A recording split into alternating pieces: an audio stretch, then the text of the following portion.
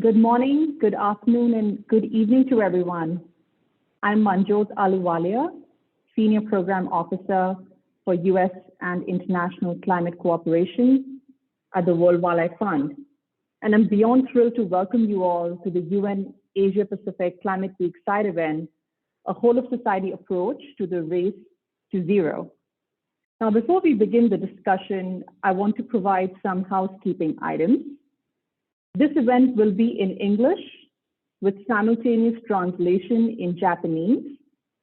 So if you do want to hear the Japanese channel, please click on the globe button on your Zoom panel or status bar to begin translation. We would also like to have this session as an interactive one. So we will be taking Q&A through the presentation. However, we will have a dedicated Q&A section after all the presentations. So please put your questions in the chat box and we will collect them and address them during a dedicated Q&A session following the presentation. Acknowledge that this event is made possible with the support of the national partners of the following alliances that you'll hear from today, which is Better Futures Australia, Japan Climate Initiative, and the Vietnam Coalition for Climate Action. These alliances are an important part of a larger global initiative called the Alliances for Climate Action that works with cities, states, regions, companies, investors, academia, religious institutions, civil society, and others, what we collectively call as subnational and non-state actors, to nurture a new form of climate leadership by bringing together leaders across every level of society in key countries to accelerate the national process of transition towards net zero climate resilient societies. ACA national alliances are doing so by scaling up climate actions, marshalling domestic public support for the urgency of taking action, mobilizing a unified call for ambitious climate targets and policies to the national governments. ACA is also connecting these national alliances with each other into one global movement that is expanding the groundswell of climate action from the bottom up. To date, this global initiative has established national alliances in 7 countries that account for 22% of the world's emissions. And these countries include the US, Japan, Vietnam, South Africa, Mexico, Argentina, and Brazil. And we're so thrilled that we will be welcoming a new alliance to this network, which is Better Futures Australia, launching next month.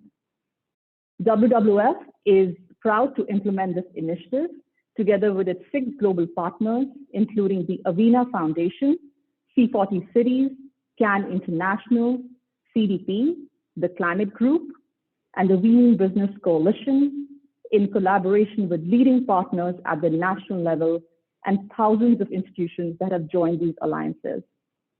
Now, in terms of the agenda and what to expect from today's event, we will start by hearing from 3 national partners of these alliances in the Asia Pacific region that support the management and the implementation of joint activities by their members. They will speak about the significance of such alliance in their respective countries.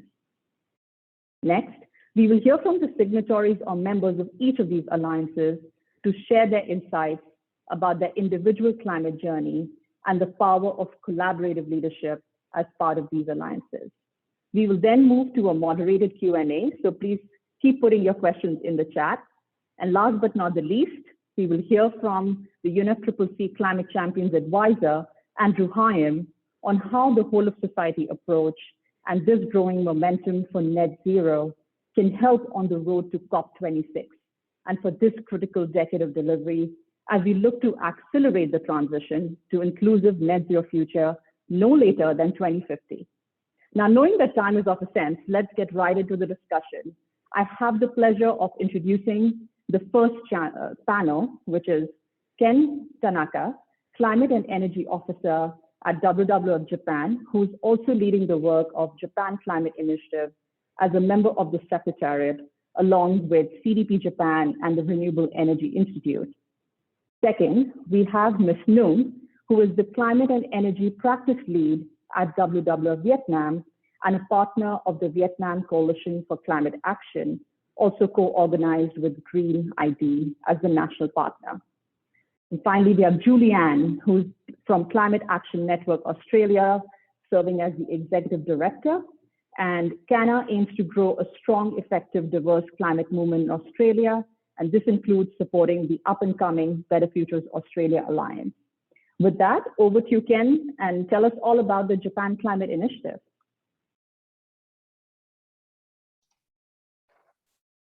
Hi, everyone. My name is Ken from WWF Japan, and I'm one of the members of the Secretariat of Japan Climate Initiative. And thank you for your participation today. And I'm very glad to be able to introduce Japan Climate Initiative, JCI.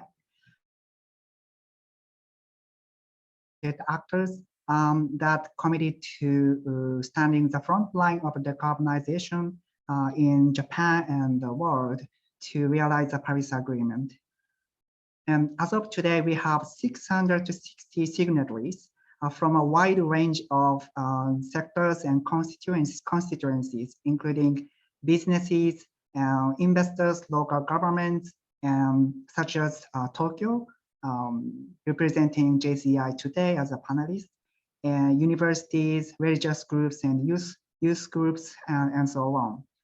It is coordinated by 3 secretariat organizations: CDP Japan, Renewable Energy Institute, and WWF Japan, with 4 national partners: ICLE Japan, Network of Business Leaders and Entrepreneurs for a Sustainable Business and Energy Future, Japan Climate Leaders Partnership, and the Frontier Network.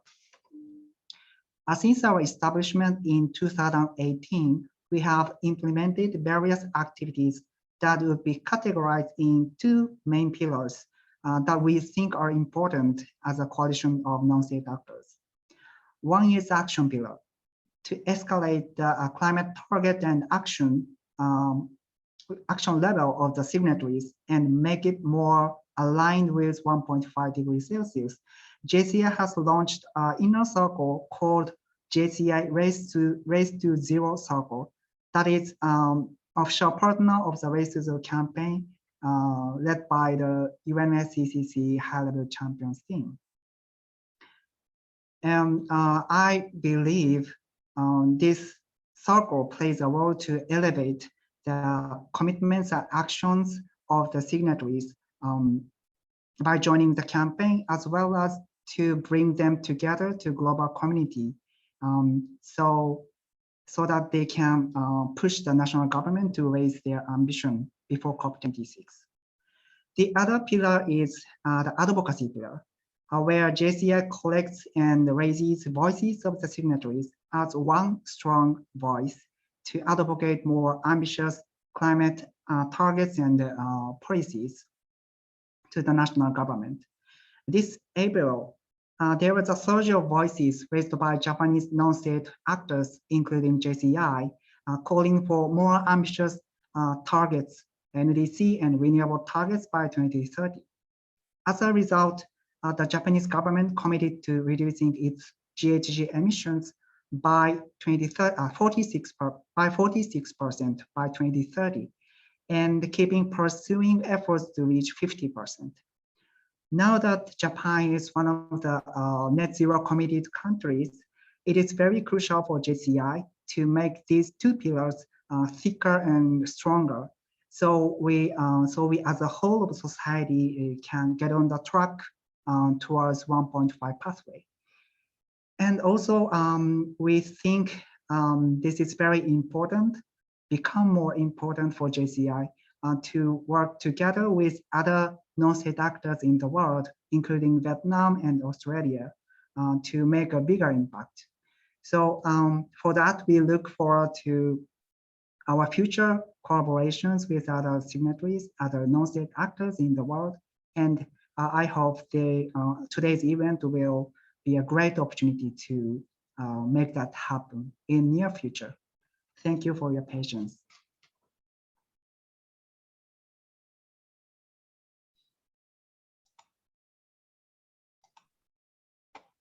Okay, So thank you, Ken and Manjyot. So I will start with the VCCA, the Vietnam Coalition for Climate Action. So on behalf of our national network, thank you for the organizer, and also thank you for the member to join us together with other alliance over the world, especially led by the US. So we are founded by 2019 with only 12 members, and so far we already have around 49 members. So our visions of the coalition in Vietnam aim to achieve a low carbon economy for the safety, sustainable development, and prosperity of Vietnam. That is the mission from the alliance in the country. So as I mentioned, we have 49 members come from the company, from Seattle, academia, from the local government, other platform, and also development partner in country. We do have a partner with the Ministry of Natural Resources and Environment, Ministries of Planning, Investment, and Ministries of Industry and Trade, and also local government at the subnation level. Our approach for the networks, we work for the advocacy, policy advocacy. We do also the networking with different partner and member, and also across the region and across the country. We do have a community initiatives and social media and communication works.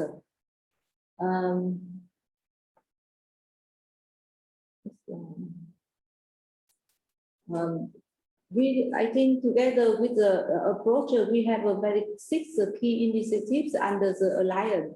So the first one, we have 1 million green homes in the country. We do have the One Planet City Challenge program. The third one is we have the agriculture production together with the renewable energy generation. That is a doable initiative. The next one is a green production, focusing on the private and community intervention. And the fifth initiative is a Cha-Chan seasons for the whole community and social society. And I think the last, but not least, initiative in the alliance, in the coalition, is a multi-actor partnership towards 100% renewable energy in the country. So that is a key 6 initiative, but we still have a more, I think, program by different member and signatories in the coming time to work to the low carbon development and the 100 renewable energy in the country.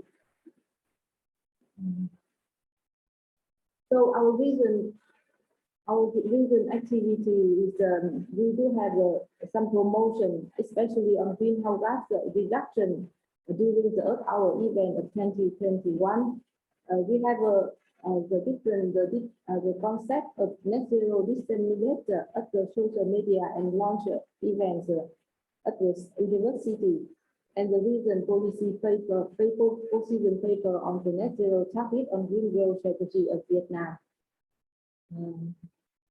I think the last or not least, we need the net zero targets for Vietnam, and to do that we need the whole society, and to do this we need everyone. So that is our key message to achieve and to target in the coming time. So thank you for your attention, and over to Monica, to Julia.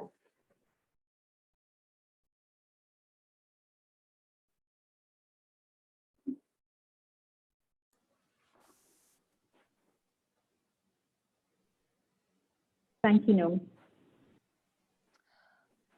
Thanks so much. It's great to be here. I'm calling from Sydney, and I acknowledge that I'm calling from the land of the Gadigal people of the Eora Nation, and pay my respects to elders past and present. Better Futures Australia is being set up in the footprints of other alliances for climate action, including Japan Climate Initiative, Vietnam Coalition for Climate Action. So it is great to join you both here today. Despite not having yet launched, Better Futures Australia has already engaged 1,000 people across hundreds of organisations, and we are laying building blocks, including sector working groups that have been formed and are active in built environment, corporate and finance, healthcare, social service, land and agriculture, local government, and First Nations. These groups have already convened more than 20 targeted workshops and events that are amplifying real-world success stories to supercharge climate action here and to supercharge joint advocacy for strong national action in this decisive decade. We're working towards a national Better Futures Forum in mid-August that will bring together many and diverse sectors of the economy and society, from farmers to mayors, healthcare leaders, corporates and investors, First Nations communities, and other communities across our country, to demonstrate that we are ready to work together to achieve a zero emission society. Such diverse sectors and communities have a range of reasons for working together. Some can see the financial reasons to act. The market is moving and Australian companies are at risk of falling behind without clear national policy. Some are acting because they want to safeguard the land they farm, that was passed to them from their parents and that they hold in trust for the children. And many recognise that if we want a safe climate and a safe climate for our children, we need to act now and we need to act fast. So this compelling call for stronger climate action will be loud and clear for our national government to act and to put in place a strong plan to reduce our emissions this decade ahead of COP26 in Glasgow. It's inspirational to be joined by so many diverse voices in Better Futures Australia. We're going to hear later on today from Akash of HESTA, one of Australia's biggest pension funds. And it is also exciting to hear how our sister alliances in Japan and Vietnam are already having an impact on the region. We look forward to joining you. Thank you. Thank you so much, Julianne, and thanks Ken and Nhung for shining a light on the crucial role that your alliance is actually playing at the domestic level, and for the important trust and coalition building role you all play as national partners in empowering and getting all these actors together in their journey to net zero, which is aligned towards policy advocacy and climate action. Now, I would now like to turn to our much awaited discussion that gets to the very heart of what these alliances are about and what actions these actors are taking individually and collaboratively to accelerate this transformation of net zero in their countries.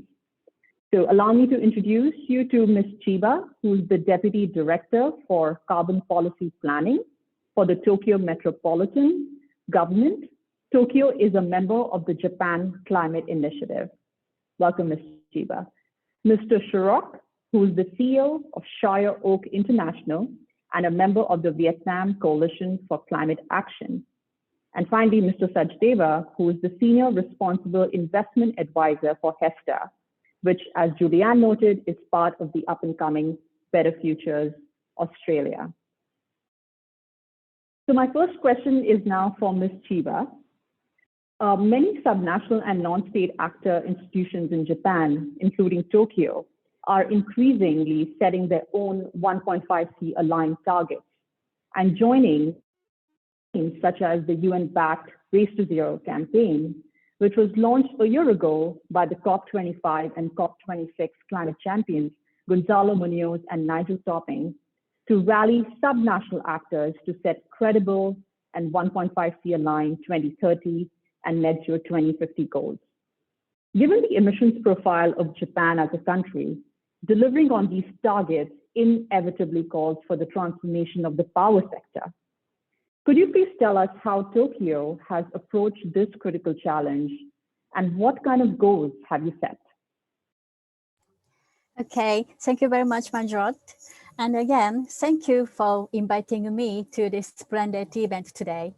I'm Toshiko Chiba from Tokyo Metropolitan Government. It's my great pleasure to be here, and I'm speaking from my office room today. So, Tokyo has a population of 14 million. That means we have consumed a lot of energy and materials. As the biggest city in Japan and in the world, we at TMG have been investing our energies passionately into carbon policy. The actions during this decade to 2030 are crucial. We announced that Tokyo will, by 2030, reduce greenhouse gas emissions by 50% from year 2000 levels and increase the use of electricity generated by renewable sources to 50%. To achieve our carbon half target, last March, Tokyo updated our strategy, the Zero Emission Tokyo strategy. In Tokyo, the buildings account for more than 70% of energy-related CO2 emissions, and power consumption accounts for more than half of them. Tokyo's policy framework for buildings covers from the planning stage all the way through to operation under Tokyo Ordinance. Towards 2030, we aim to make progress in the standardization of zero-emission buildings at the time of construction and the transition of existing buildings to zero-emission buildings. Tokyo's representative program for buildings is the Tokyo Cap and Trade Program. This is the world's first city-based mandatory CO2 emission reduction program for large-sized buildings, including commercial and office buildings. Tokyo launched this program in 2010, and in 2018, covered facilities achieved 27% reduction levels from base year emissions. From 2020, Tokyo has strengthened reduction obligation levels and shift our focus to promoting renewable power purchasing. Through these our strong programs and taking advantage of the characteristic of Tokyo with its concentration of real estate company and financial institutions, Tokyo will further strengthen its policies to ensure that decarbonized sustainable buildings are also valued in terms of finance. In other words, we aim to make buildings forming Tokyo be decarbonized to attract sustainable investments. Thank you. Thank you, Ms. Chiba, and really impressive commitments from Tokyo.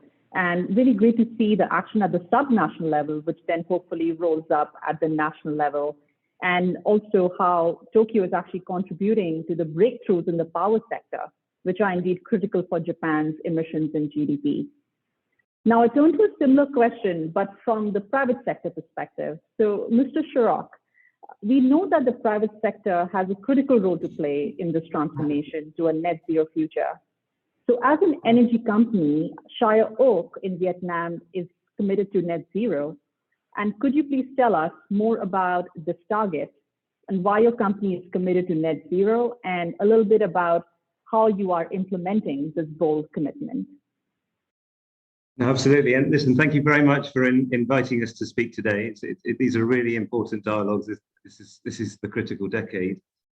So our business is here in Vietnam because Vietnam is at such a crossroads. It is going to double its power use in the next 10 years, and it's a very sunny place. It's a very windy place, but it's also a place that has very strong plans still to build coal-fired power stations. And so what we're trying to encompass and offer is a zero carbon future. Clearly, as a company, where we make sure we're zero carbon, and I have solar panels above my head here powering the office. But the real importance of what's going on in Vietnam and why the race to zero matters so much in Vietnam is because this is the third biggest country in the world with coal-fired plants still. So it could, if it just follows those plans, be the fourth biggest polluter on the planet by 2030. But every large industry that making shoes, say for Adidas or for Nike or for New Balance or for Under Armour, that list of providers or all the big furniture manufacturers, making furniture for Maison du Monde in France, or IKEA out of Sweden. All of those manufacturers are here. So I think there's about 66 factories just making for IKEA in this country. I think Adidas have something like 58 factories, and they could potentially, just if I look at Adidas's statistics, they could cover like a UK-sized soccer field. Their factory roofs, I just did the count just when you were talking, and each soccer field's about 6,500 meters squared, and Adidas's supply chain needs 550 football fields worth of solar on their factory roofs. So the driver here is a really interesting one in Vietnam because of the sheer scale of manufacturing. There's 330, I think, industrial zones. There's 96,000 hectares of factories, and most of the goods we buy around the world have originated in part from here in Vietnam. We're working in partnership with Japanese companies, Yamaha and Toyota, for example. We're working in partnership with Korean companies, Hansei, Seiya, Pan Pacific, Hyundai. We're working with all of that supply chain out of the footwear brands and out of the electronics brands. So what we sort of come along and said is, look, it's a sunny country. Factories open at 7 in the morning when the sun comes up. Factories close at 4:30 in the afternoon and the sun's still up. It should be possible to deliver, certainly a substantial amount of that factory's energy usage from the fact that the sun shines here a lot, whether you're in the north or the south of Vietnam. And then the work that we're doing enables you to get into communities, which is also super exciting. So we're working with the Japanese embassy, we're working with the British embassy, we're working to try and create a UK-Japan coalition initiative, and working in the Noi Bai industrial park next to the main international airport in Hanoi, the capital, to turn that entire industrial estate to be green powered. And where we can't power the roofs because they use so much, well, we can power the roofs, but where we can't fulfill 100% of the electricity needs in the factory, then we're looking to develop onshore and offshore wind farms to further the ability to get to zero carbon. And there's plenty of spots in Vietnam where the meters per second wind speeds are excellent, 7, 8, 9 meters per second. So ours is a really a kind of collaborative approach. Really, we're talking a lot with the Taiwanese as well. There's 47 Taiwanese furniture factories within an hour of where I'm sitting. Of the top 20 Adidas supply chain, 8 are Taiwanese, 12 are Korean. And there's, you can't underestimate what the brands could do. They don't necessarily do it yet, but what the brands could do to push their supply chain to go to zero. So our efforts are trying to make it possible, if you're a factory and you have a power requirement, that you don't have to produce coal-fired goods anymore in Vietnam, and you can produce clean powered goods in Vietnam and know that your supply chain is therefore a green one. That's fantastic to hear about your company and how it's taking its bold steps in terms of climate action and potentially transforming the energy sector by really radically collaborating, like we call it, with other companies and other actors. So I think this is really interesting because a company can not only make an impact on its own operations, but really create a ripple effect across its global supply chain. So from the energy company, just switching gears to the financial sector. So Mr. Sachdeva, as one of Australia's largest pension funds or investment funds, about 63 billion under management and 880,000 members, what value does HESTA see from being involved in the up and coming Better Futures Australia Alliance? Thanks so much, Manjyot. I'd like to start by acknowledging the traditional custodians of the land on which I'm dialing in today. That's the Wurundjeri people of the Kulin Nation, and I pay my respects to elders, past, present, and emerging. By way of background, I'm a senior responsible investment advisor at HESTA, and we're a superannuation pension fund for members of the health and community sector. Basically, as a large super fund with a long-term investment horizon, HESTA is what's known as a universal owner. This effectively means we're invested across the entire economy. We basically own a portion of the entire investment universe. And so to generate long-term financial returns for our members, it's in our interest to consider and to manage risks and opportunities that affect the health of the economy as a whole. We have to think about the economic health of the entire system to ensure that we can generate returns. And climate change is a perfect example of an externality that presents an economy-wide and systemic financial risk. And this is something that's recognized by regulators across the financial system.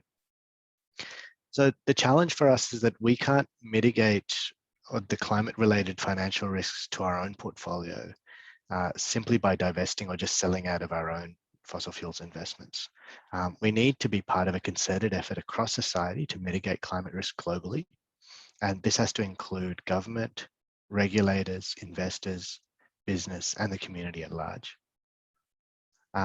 So we see participation in Better Futures Australia as gives us an opportunity to support this change, this shift to low carbon that's required, and enables us to do what's best for our members and their long-term financial future. Thank you so much. Thank you so much. And indeed, unlocking climate finance is really the key to transformation we all need to see. And, including the importance of transparency and disclosure of climate risks, just to add to your comments, which will hopefully drive investments towards the companies that are working to address the climate crisis and aligning their operations and supply chains for a net zero carbon future. So definitely climate finance being a key sector.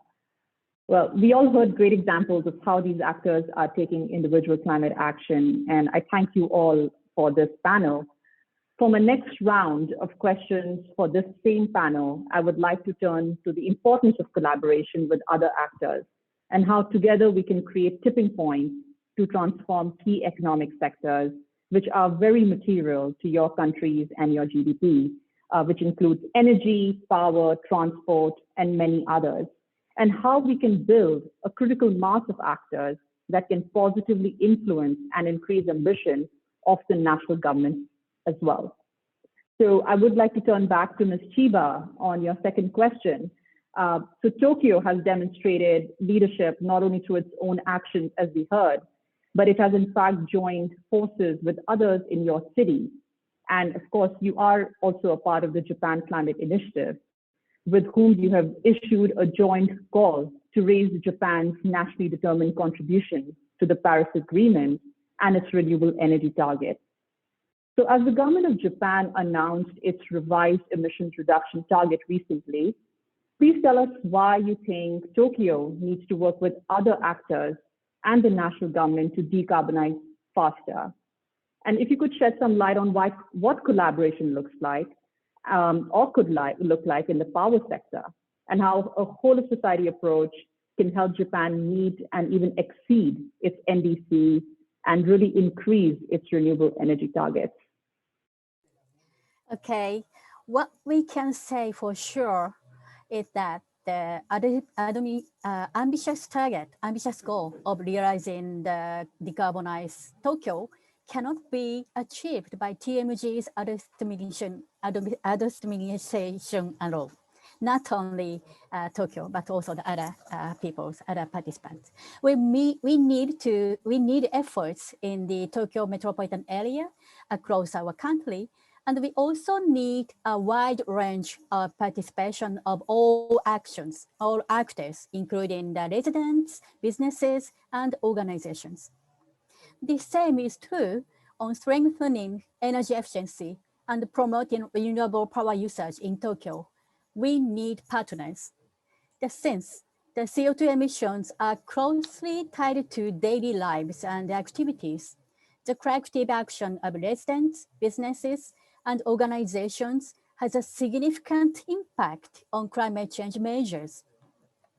By integrating various actors' actions and incorporating different technologies and knowledge into initiatives, we could change business mechanisms and patterns of behavior. This becomes huge power to make significant progress in social changes toward decarbonization. Japan Climate Initiative, known as JCI for short, Tokyo are also a member, is just such a platform. I expect that collaboration among JCI members, including Tokyo, is further promoted and decarbonization as a whole of society will be accelerated. Thank you. Thank you so much. Mr. Shroff, could you please share your ideas on how the private sector, especially the company that you are working with, can partner and support governments, particularly the government of Vietnam, to promote renewable energy and mitigate emissions, and how, by doing so, Vietnam could potentially join other countries that have committed to achieving net zero by 2050? Thank you very much for the question. I think, so you have to, you need a combo to do this. You need what Akash is doing. You need capital. You need capital that wants to fund the transition economy. You need government policy, and we now have a clear circular that says it's okay for the first time as of May last year. Vietnam said a private business can sell power to another private business without having to go through the state-owned electricity company. So the key kind of government policy that Vietnam brought in was fundamental. They're looking to reduce the amount of generation that's done by the state-owned enterprises, and they have a target to go from where it is at the moment, which is about 70%, I think, down to 30%. And alongside that, they've now made it legal to do a power purchase agreement with a company. But you couldn't do any of this without also having the sources of capital who want to fund the energy transition. So I think I see a sort of a kind of four-way partnership, really. You've got government policy without which we can't even act. Yeah, and for example, stage 2 of the government policy is yet to be put in place. It's been talked about with the pilot program, which is the liberalisation of the wires. At the moment, we as a private company cannot use the wires, the transmission lines in Vietnam. So when we've built as much solar as we can on the roof of a big factory, and that produces 40 to 60% of the factory's needs, they still need that remaining 40 to 60%. So the next bit of government policy, and we're working with government closely on that, is the ability for a wind farm or a solar farm to sell back to that footwear, that garment, that electronics, that furniture factory, the extra power that it needs. So I think investors are always wanting to know how stable is the regime, how stable is government policy, and because we're looking to try and bring cheaper than coal-fired power to the factories, we're making an offer to the factories that is, we pay for everything, and we'll save you 25% on your electricity bill.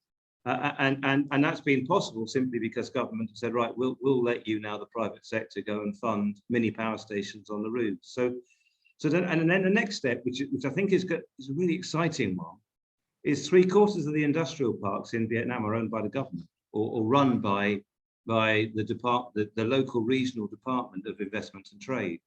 So the next piece that we're hoping to see is a rollout of master plans on the industrial zones, where the industrial zones say, right, we now want you as an industrial zone to buy 30% of your power from green, because at the moment there's no such rule. And what we're seeing is you need sort of 3 pieces. You need capital to come in and say, we would like to fund you to own these 20-year assets with a 20-year creditworthy counterparty. But you need government policy saying that's okay. And you also need the brands. All of the brands you've ever heard of have got supply chain here in Vietnam. The brands also need to tell their supply chain, we now want you to green up. And so we spend a lot of our life actually trying to pull those 3 levers, so suggesting to capital it's worth deploying here in Vietnam and in Indonesia, the other country we work in, working with government to say, you've got to build 60 gigawatts of clean power in the next 10 years. You need to make it a clean way to come in. The legislation's got to be transparent. And then there's a sort of, you still need, whilst consumers might be asking for green, you still need your brands to tell their factories, please green up. And so a lot of what we're doing, I think, is what you're encapsulating in this webinar today, is trying to bring those actors together. We're doing a couple of bits more which people listening might be interested in. We're working with the UN on modern day slavery to make sure none of the factories we work in have any child labour or any migrant labour issues. We're working with another part of the UN on kind of environment partnerships between schools and factories, so the kids learn about nature and environment and climate change. And we've done a partnership with Save Vietnam's Wildlife, because 16% of the world's species live in Vietnam, and so we're making sure we're putting money into the protection of wildlife, and therefore there's a kind of legacy biodiversity as well as a legacy energy part. As in our mind, Race to Zero is part of a more holistic goal, which is all of the UN Sustainable Development Goals. So I think we see it as a multifaceted partnership. That's great. I think what you described and your work, even at the community level, really speaks to this inclusive transformation that we need to see. It's not just one actor and net zero of one sector, but how we take everyone with us in this transformation. So that's really impressive. And also speaks to this ambition loop that we say, where if one actor takes ambitious climate action, it really reinforces climate action by another actor, say the government, to create the right policy conditions. So spot on with that, really how you described it. So Akash, moving over to you. I think the same question, given the work you do in the financial sector, how do you see a whole of society approach that the financial sector can actually leverage to drive this net zero transition? Sure. Our climate change transition plan has several elements that I think can summarize what we think our role is. And I think there's also opportunities for collaboration across all of these areas. So that there's three areas, pillars of the plan. The first one is active ownership or stewardship. So as long-term stewards of capital, we have the opportunity to drive change in the companies we invest in. And we do this a lot in collaboration with other investors. So this includes initiatives like Climate Action 100+, where we're engaging the world's biggest emitters and calling on those companies to set net zero aligned targets and to allocate capital towards carbon reduction. This collaborative approach across investors has seen significant results in Australia and overseas, which large companies that we lead engagement with, committing to net zero and setting ambitious carbon reduction goals. The second pillar of the plan is investment. And this is where the transition to a low carbon world, we all know it presents transition risks, especially where that transition is abrupt or disorderly, but it also presents significant opportunities for investors. Hester has been an investor in renewables, other technology for a long time.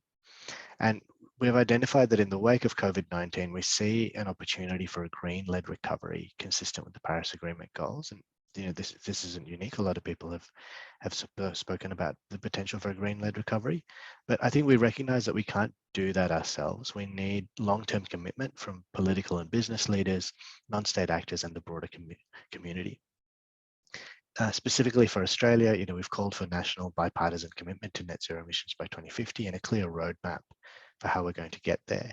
And we've called on the government to remove barriers to long-term investment and to enable innovative investment partnerships and structures to boost investment into clean tech and into the green recovery. And all of these elements are things that require collaboration across government, regulators, business, investors, and the community. The final pillar of our plan is basically avoiding investment or divestment. We already, several years ago, on the basis of managing stranded asset risk, we divested our portfolio from thermal coal mining. Now, as I said, there's an onus on us as stewards of capital to engage with companies and drive change, but we do recognize we can't have these conversations forever. And an area of, I think, important area of collaboration that we can have with the broader community and with the NGO sector is how we use our voice to escalate the urgency for action.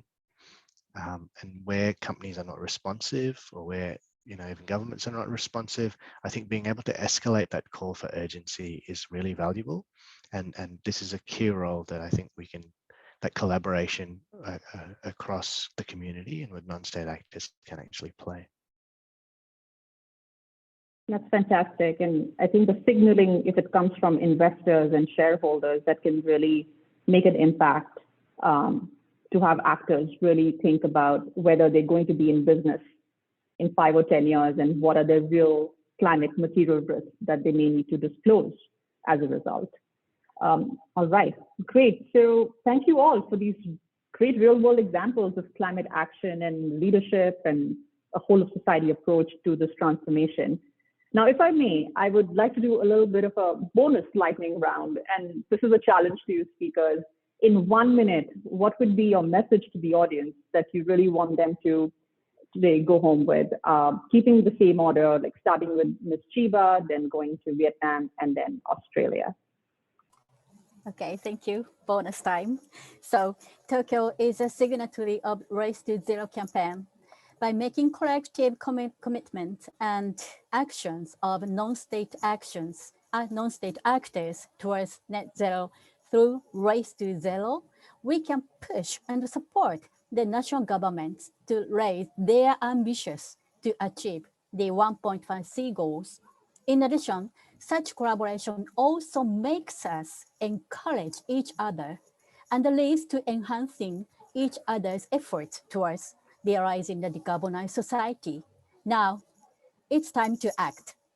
We call on all non-state and subnational actors across the world to join the race together to get on the track in line with 1.5C pathway.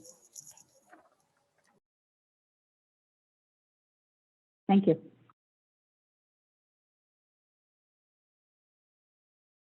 Mr. Shrock, if you're trying to speak, you're on mute.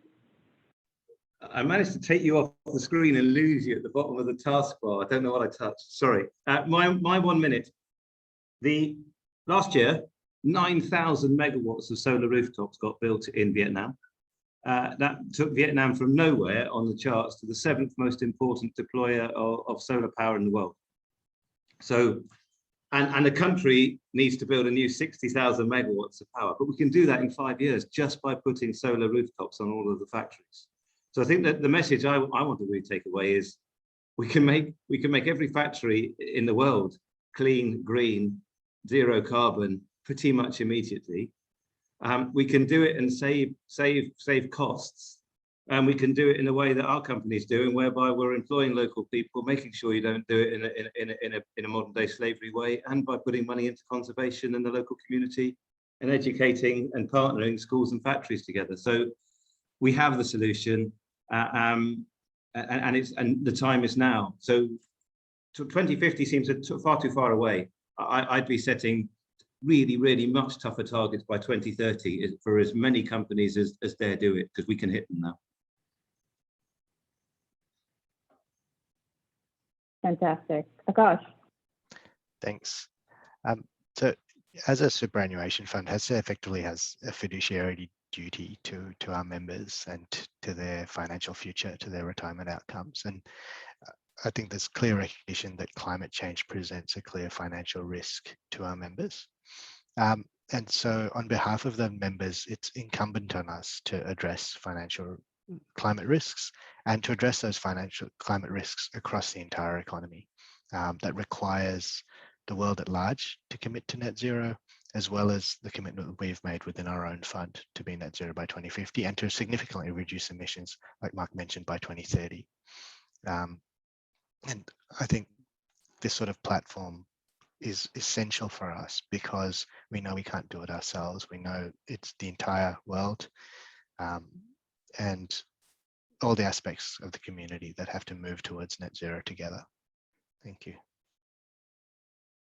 Fantastic. Thank you so much. Well, so the key things that came out from your 1 minute each were, we need to be in this together, the urgency of taking action now and implementation. So to move beyond climate commitments to implementation, and technology is out there. We just need to deploy it and keep working towards more cutting edge solutions.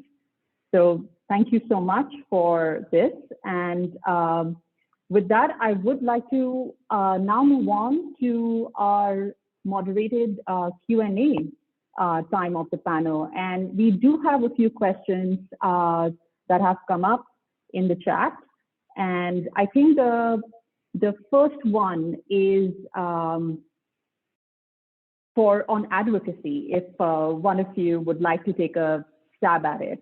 And if one of you could address how your alliance, by being a part of your alliance, how are you supporting this joint advocacy and diplomacy, especially in the lead up to COP26? So who would like to take the first cut at this?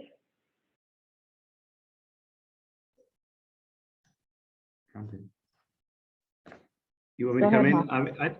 I mean, I think what we're seeing in the run-up to COP, especially with the UK holding the presidency, is so we had the COP president designate Alok Sharma visiting Vietnam here about 4 weeks ago, And we've had a great dialogue with the UK and the Japanese embassy. And the Race to Zero initiative has been a super way to then get actors together, the Director General of the Ministry of Investment and Trade, coming together with the Japanese ambassador, but coming together with the head of Sumitomo, coming together with myself, people who wouldn't ordinarily have met and come across each other. Our work now with the kind of the New Balance people and the Adidas people, but talking to their Korean supply chain and then out from their Korean supply chain to their sub-Korean supply chain.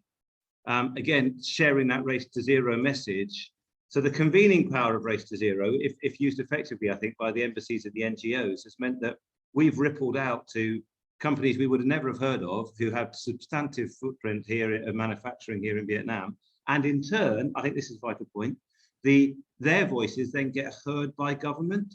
So when the UK government did the event with Alok 4 weeks ago, you had Heineken, you had 3M, you had Nestle, you had sort of big international brands say, we want 100% green, Vietnam government. We want it now, please. When are you going to facilitate it? So I think this Race to Zero, to my mind, is a tremendous like call for getting all the parties together in a non-scary way for government here, and the folks who came up with Race to Zero to be congratulated, because each alliance then feeds us. We get fed new leads where we can go and do new factories, but in turn us going to talk to the factory sub-supply chain, get them thinking about something they've not thought about before. Thank you. Yes, Ms. Chiba. From now, I'm speak in Japanese, sorry. So please adjust your English to English channel. Let everyone know you need to switch. If you want to hear it in English, please click on the globe button on your Zoom panel and click on the English channel. And for those who want to listen in Japanese, I think you need to just either continue or click on the Japanese channel.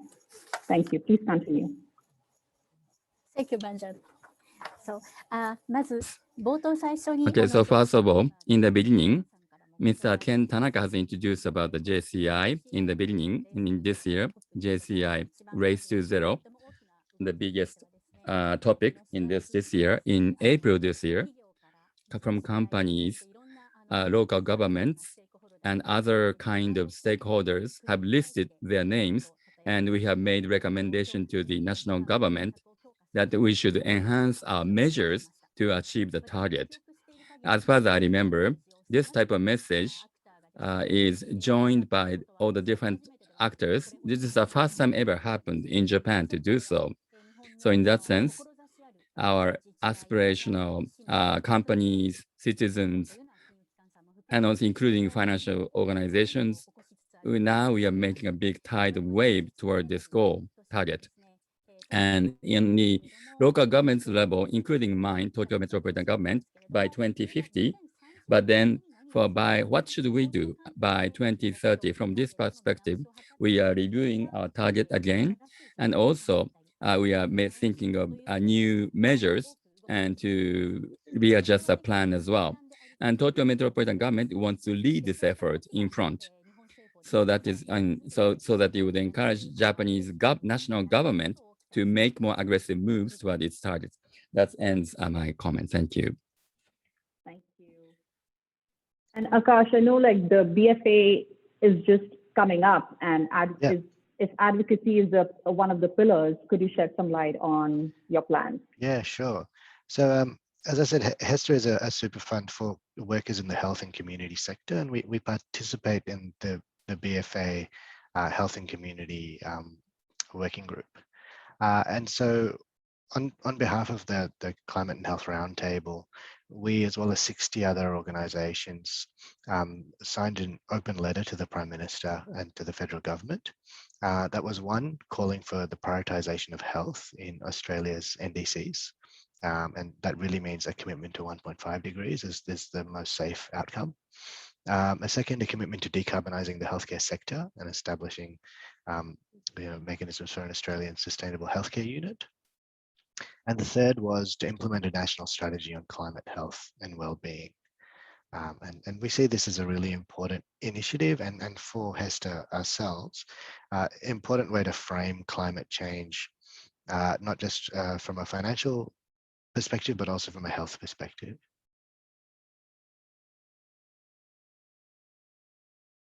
That's great, thank you. I think the next question now shifts the conversation a bit from mitigation to adaptation. So we do have a question from the audience about how are these alliances working towards really addressing and being more resilient to the impacts of climate change, given we've seen the increased extreme weather events, with June being one of the hottest years in records. So could one of you start with shining a light on what your alliances are doing in terms of adapting to extreme weather and climate impacts?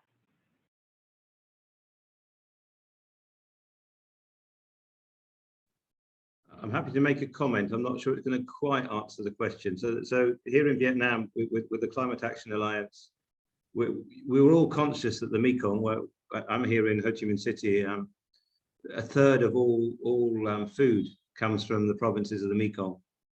Last year, the Mekong River didn't hit the sea. The sea hit the Mekong, 16 kilometers inland.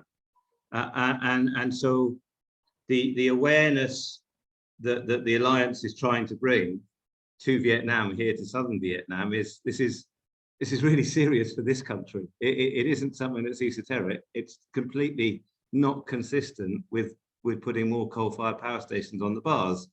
You know, a third of all the food, a third of all the people are going to be underwater in a bad climate change scenario, and it is the rice basket of this country, which is self-sufficient.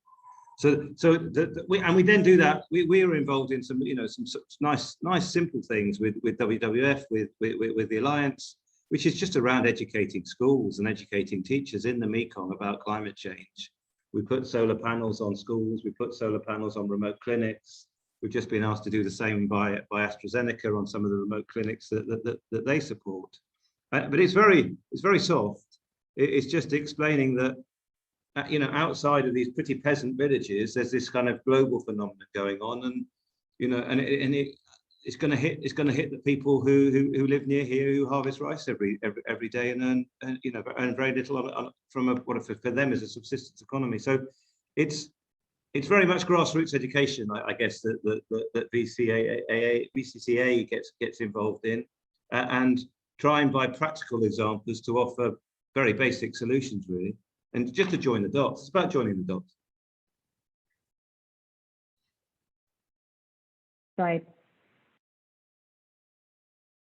Go ahead, Akash, and then we'll have Ms. Chiba. Sure, just a small contribution from me. As I said in the letter that was from the Climate and Health Roundtable, one of the calls was the implementation of a national strategy on climate, health and well-being, recognizing the health and well-being impacts of climate change. So, you know, a framework for a national strategy on climate, health and well-being has already been developed by health sector bodies in Australia. It's been supported by a lot of health organizations. And, you know, the next step is really just to take that advocacy angle of getting government commitment to take that on board. And I think that'll be a sort of program of work as we go forward in the Climate and Health Roundtable of BFA.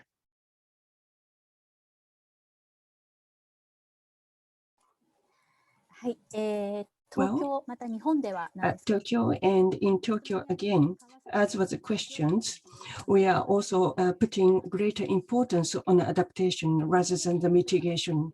So in a hot day in Tokyo, when we hear the weather forecasting, this is the heat that may be life-threatening, so you have to protect yourselves. And after torrential rain, you have to take the actions to save your lives. We hear these alerts more frequently over the last several years. So climate crisis is very close to us. Therefore, from the standpoint of the adaptation, how can we protect ourselves from the heat? And when flood happens with the torrential rain and the floods, how you can protect from the danger? And for instance, we could utilize the digital technology so that we can communicate information more promptly. So we have to come up with various ideas so that we can establish greater and more effective adaptation measures. In that sense, including JCI and the coalitions, they have the technologies and knowledges could be shared from various actions. So we could exchange ideas of what kind of the initiatives we could do by involving the governments and businesses and other actors. We believe in that collaborative action. Thank you so much. Those were really excellent contributions, and thank you for the great questions asked by the audience. We now would like to move to the last segment of our event, and it is my honor to introduce you to Mr. Andrew Pham, who is the Special Advisor to the UNFCCC Climate Champions, who will share his thoughts on how this overall momentum of subnational and non-state actors can be really channeled on the road to COP26 in November and even beyond, and the important role that these national alliances are playing in the larger global ecosystem of climate action. Andrew, thank you for joining us today, and the floor is yours. Thank you, Manjyot, and thank you everyone for the opportunity to just recognise the great leadership from all of the organisations that have spoken today, and it's really the type of leadership that I think we need at the moment. It bridges across the global to the local scale, and it's demonstrating that we can do this, which I think is sorely needed at this time. Let me just underline also how important the Alliance for Climate Action Initiative is. I think if I think about it, it really does integrate across a number of different functions that are really important if we think about how this ecosystem of climate action can be successful. And it's also really showing the way on a whole of society approach, which is, as we know, so important. And can I just also pass on the thanks and really sincere gratitude from our high-level champions, Nigel and Gonzalo. I know that they would have liked to have been here and really do appreciate the leadership being shown in the Asia-Pacific region. There's been some really great successes, and many of you have spoken of the Race to Zero campaign. And yes, I mean, it is only just the tip of the iceberg, isn't it? But yes, 733 cities, 31 regions, 367 businesses, 173 investors, 622 higher education institutions are all signed up for the Race to Zero, and there are a number of partners as well. But as I said, there are thousands and thousands more that are on the race. They just haven't quite crossed the bar of the ambition that is expected of the Race to Zero campaign, but we can get them there, and that's the challenge I think that we have in front of us over the next few months, is to try and get as many of our colleagues on the journey and to that level of ambition.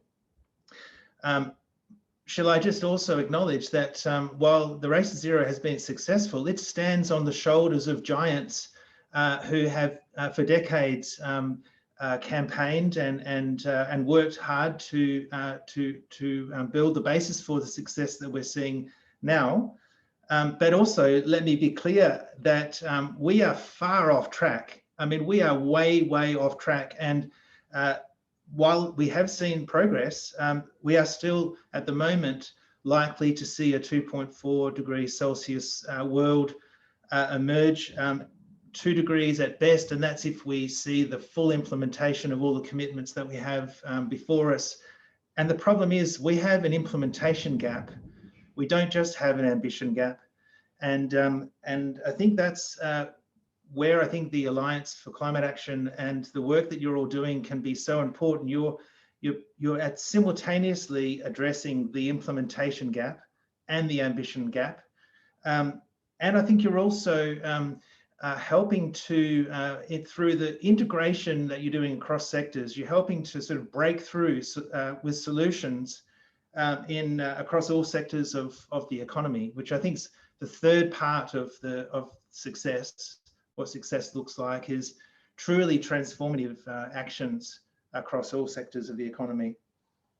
And of course, success is also predicated, as many of you have said, on this idea of radical collaboration and of basically all hands on deck now. This is an emergency situation that we face, and really the future is in our hands right now. In these last few months, as we race to COP26 to try and get as close as possible to a 1.5 trajectory as we can. You know that the climate champions have been mandated to improve the Marrakesh partnership, and they have been going through a very thoughtful process of collaborating with you all, trying to think through how best we can move this amazingly diverse and complex ecosystem of climate action forward in the coming years, strengthen it, and let's see how more efficient and effective we can be working together.